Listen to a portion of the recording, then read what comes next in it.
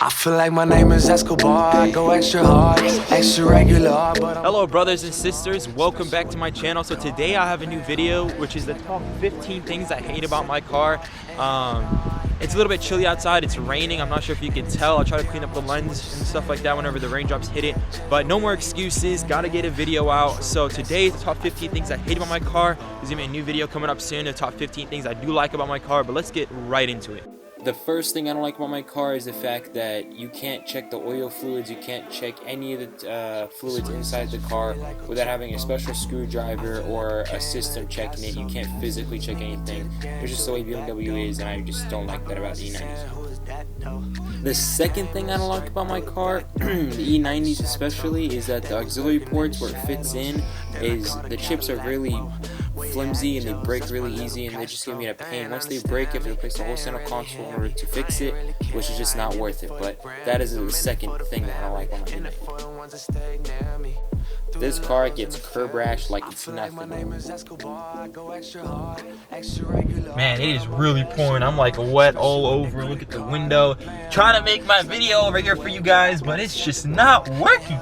But I'm gonna pull through this. I'm gonna go out there with this stupid t-shirt. My mom's gonna hate me for this, but you know, when we gotta get a video out, we've got to get a video out. So let's get right into it. So number 4, guys, is going to have to be the price. The value of this car depreciates so fast. So I got this one, it's worth 13 grand last year with 60,000 miles. It was a Kelly Blue Book value. Now adding 3 miles onto this car, already it says instead of 13,000, 11,500. Now only 3,000 miles. If I look up this exact same car on Craigslist or another website or any car dealership, they're gonna price this car with 100,000 miles around 7 to 8K. Now that is a lot of money. That's just all the money down the drain. So the more miles you put on this car, just know that the value of it is going to depreciate really fast. So number 5, this kind of tags along with number 4 because I really don't like how this is the first year of the E90. It has a lot of problems. It just tends to have, you know, random problems that shouldn't happen to a car, but because it's the first year, it tends to have problems. So that's just something I don't like about having the first year of the E90. The 6th thing I don't like about this car is the fuel economy and the fuel gauge. There's a miles per gallon sign, which I'll be showing you guys. It kind of just goes up and down just randomly. It really doesn't do anything. Another thing is when you're running out of gas, it shows that you're using fuel reserve all over your dash as if there's something broken with your car.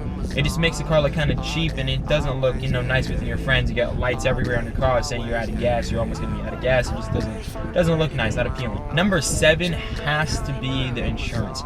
I am paying around $180 for this car. Now I know if you live in other countries, you probably don't even have to pay for insurance, but this country, United States, obviously you have to pay for insurance, and my insurance is almost double my car payments. So it is absolutely ridiculous to own a car like this with that kind of, this is a 2006, like if it probably gets in a car accident, it probably not even a repair. It's going to be the value of the car, and the value of the car, like I said, depreciates a lot. So I don't know if that's really worth paying the insurance, but for me, driving this car every single day, I enjoy it, and yeah, I guess it is worth it to me, but many others wouldn't agree. The 8th thing I don't like about this car is kind of my fault. This is my personal car only. Is the steering wheel. It has 2 buttons that shouldn't really be there. I mean, if I can replace the buttons, I would, but it's kind of like a lengthy process. I'm sure you could, but I already sold my old steering wheel, and I forgot that there are buttons on my previous steering wheel that apply to settings on this one. I can't change the way the button looks on my settings and how it functions. I can't change how it functions with a certain kind of button that already came with the car. I know it's kind of weird to say, but these buttons are going to always look like this, and I can't change it unless I order some new buttons, which is kind of dumb that an E90 wheel, the sports wheel, has different button layouts than the previous non-sport wheel. So number 9 is not really a serious issue, but it is something that I'm kind of concerned with, which is tunability. This car, since it is a 330, it's not a 335, it doesn't have a twin turbo already installed, it's kind of limited with the upgrades it has. And if there are upgrades, it's kind of a pricey because it's not something they sell often. If I want to add like twin turbo or anything like that, or some high performance upgrades to this car, it's going to cost me a lot, or as I'm probably not even going to find those parts unless you're going to be imported from some other country, and again, like I said, it's going to cost a lot of money. So 330, the parts to upgrade and something like that, is not really a lot of options. So if you're the type of person that loves a lot of power in your car, the 330 I don't think is the best idea. 328, 325, I would go with the 335, but just know that those cars tend to have more problems. Another thing I don't like about this car is the interior painting. It chips everywhere. So if you're the type of person that's picky about paint chips, it's all over the cars. Of the first couple of years of E90, it tends to be a little bit less of an issue with the 2009 to 2011, but it is mostly an issue in all E90s.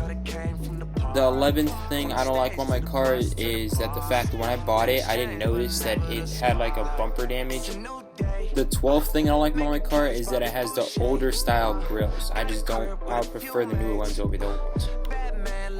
The 13th thing I like about my car is the transmission. It has so many problems. I'm trying to figure it out. I'm hoping it's just the transmission fluids, which I can't check again, so I have to figure it out. I'm probably going to get that changed soon just to see, and hopefully that's the only issue, but transmission, having problems. Pictures of where he was playing it.